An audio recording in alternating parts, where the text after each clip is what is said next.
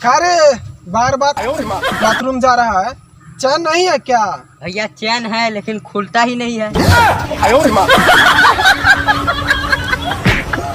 किरे का सुने तुम्हारा घर वाली भाग गई है।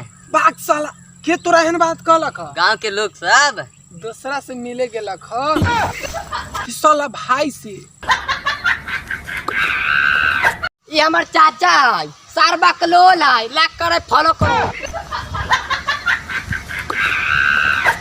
हाँ रहल बानी।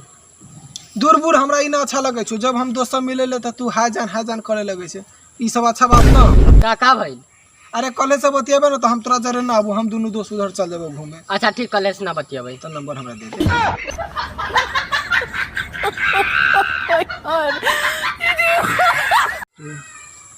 अबे पैसा होना चाहिए, लड़की तो पट ही जाएगी। मेरे पास है 35 का, लड़की पट जाएगी। हाँ कल है रात 9 बजे न हमार शादी बा, जो लड़किया के करे के होखे चल टेंशन हो गई। अहो भैया तू तो लड़का से सियान हो गेलू, आज तक तोरा कोनो छौरी किस देले ह?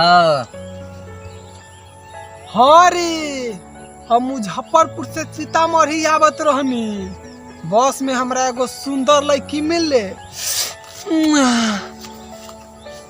चुम्मा दे के तब कहले ए 10 रुपया दे।